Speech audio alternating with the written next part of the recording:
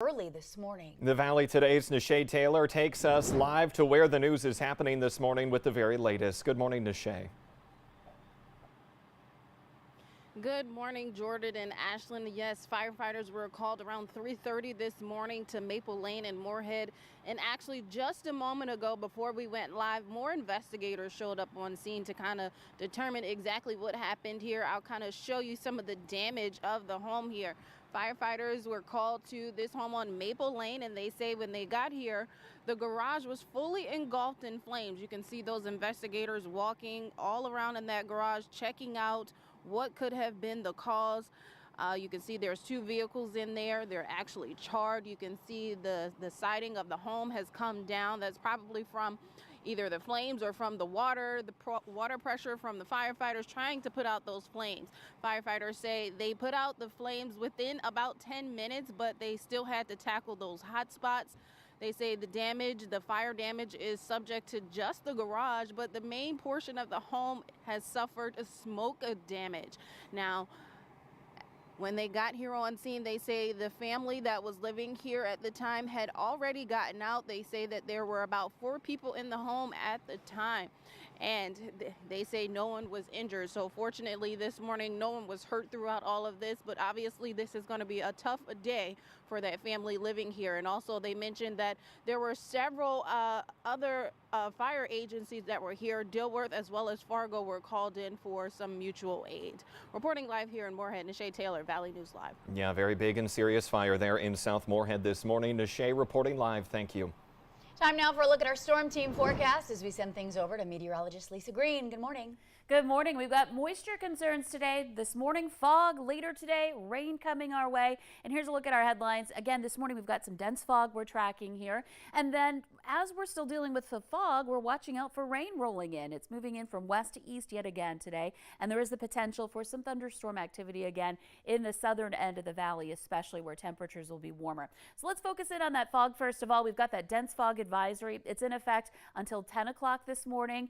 It includes a good portion of northwest Minnesota, including Lakes Country and just into that southeastern corner of North Dakota. And right there you can see where we've got our densest fog. Into Lakes Country, we've got many places reporting zero visibility, from Wadena to Fergus Falls, Detroit Lakes, Wahpeton, Elbow Lake also at 0. Over in Oaks, we're at 0 for visibility. So Southern Valley really socked in with that fog. Bemidji, Roseau at 0. Crookston's at a 1/4 mile, and then as you head west on Highway 2, suddenly things kind of open up, and we're looking at okay visibility for Grand Forks right now at 10 miles. So it's been foggy. We've been watching it on our tower cam here in Fargo. It's been kind of a cool view.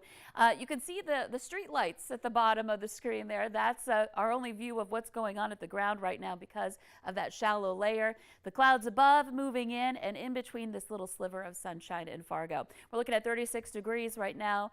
Wind is out of the southeast and very light at 5 miles per hour. Moorhead's at the freezing mark at 32. So we're watching for rain. A lot of this not really affecting us here that you're seeing on the radar this morning. It's what's going on a little bit farther west. That's what's moving in and bringing us that chance for some rain. And we'll have that increase through the day. So the kids will want their rain gear for heading home from school, even though they may not need it this morning. Out at the bus stop, temperatures again in those mid to upper 30s this afternoon. For Fargo, at least some upper 50s with that chance for rain increasing into the afternoon hours. Those of us down in Lakes Country may get as warm as 60, but if you're in those areas in places like Devil's Lake, you're going to see your temperatures stay cooler today because the rain moves in there soonest. So you're going to be more into the 40s. So an active day today. Tomorrow, a relative break. We may still see a few sprinkles.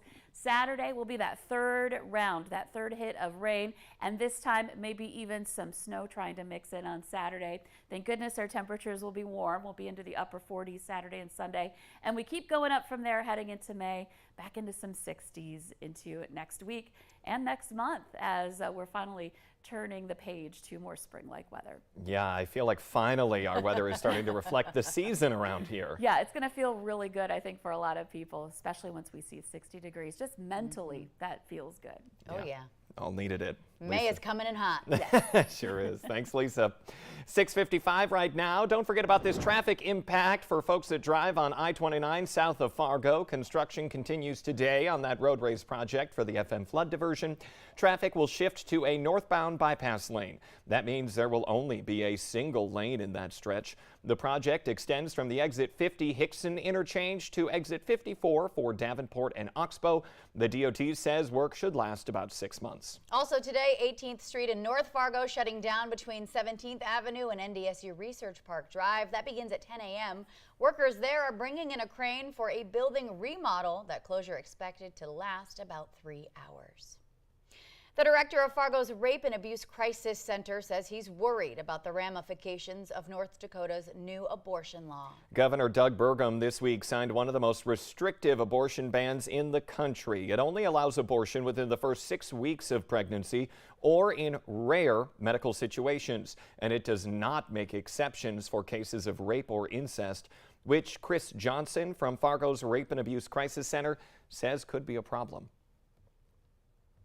We do have concerns that, many individuals don't even know they're pregnant within 6 weeks. And so if this pregnancy is a result of a sexual assault or an incest, we just see it as taking away the rights of people who have already been victimized. Johnson says anytime someone's options are limited, there poses a risk.